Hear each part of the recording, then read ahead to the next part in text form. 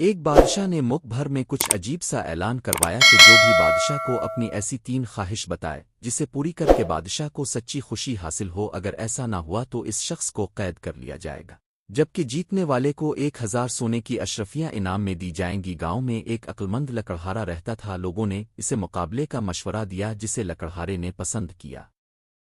بے شمار لوگوں نے کوشش کی مگر ناکام رہے، ان سب کو بادشاہ نے قید خانے میں ڈال دیا۔ جب لکڑہارے کی باری آئی تو وہ آداب بجا لانے کے بعد بولا، حضور والا، میری پہلی خواہش یہ ہے کہ میں آپ کو اپنی تمام خواہش ایک ساتھ نہ بتاؤں بلکہ ایک ایک کر کے بتاؤں۔ بادشاہ نے قبول کر لیا۔ میری دوسری خواہش یہ ہے کہ میں حضور والا کو 1 مہینے کے لیے قید خانے میں ڈال دوں۔ یہ سنتے ہی بادشاہ آگ بگولا ہو گیا، لیکن چونکہ بادشاہ نے تمام درباریوں کے سامنے وعدہ کر چکا تھا، لہذا 2 سپاہیوں نے بادشاہ کو پکڑ کر قید خانے میں ڈال دیا۔ چونکہ اب بادشاہ دربار میں نہیں تھا، لہذا وزیر نے اس سے تیسری خواہش پوچھی۔